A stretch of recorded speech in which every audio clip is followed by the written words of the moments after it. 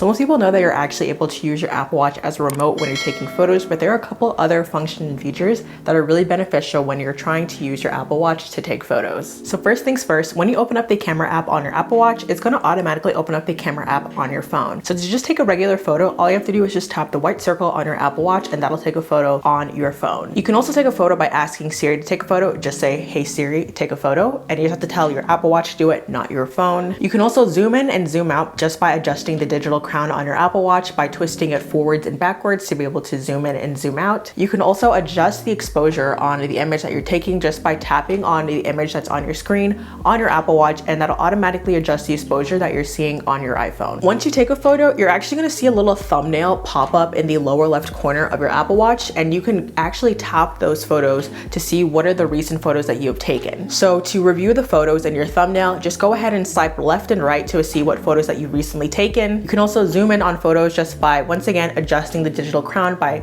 twisting it back and forth. You can also pan. So to pan on a photo, all you have to do is just tap the screen and drag it.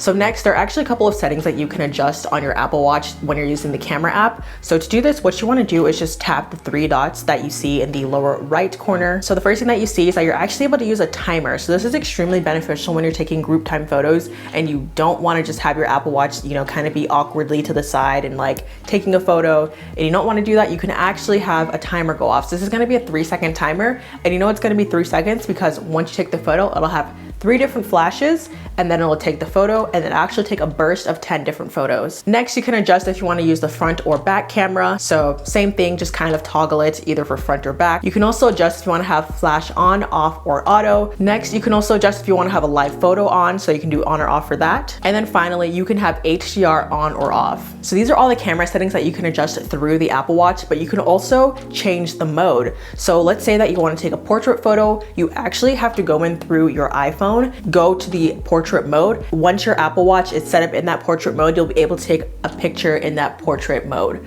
So you can do the same for video, slow-mo, time-lapse, square. So that's gonna be it for this short how-to. I hope you guys are able to learn something about the Apple Watch camera app. It's really great when you're using it in a group of large people. I know it would be super beneficial to have had this video during the holidays when you're taking photos with your family, but I love using the camera app on my Apple Watch. It is super great for those photos when you don't have anyone around you. If you guys did enjoy this video, be sure to subscribe to my channel for more how-tos as well as tech overviews, tech unboxings, and tech reviews, and leave me a comment down below of what how-tos you want to see next. I'll catch you guys in the next video. Bye guys.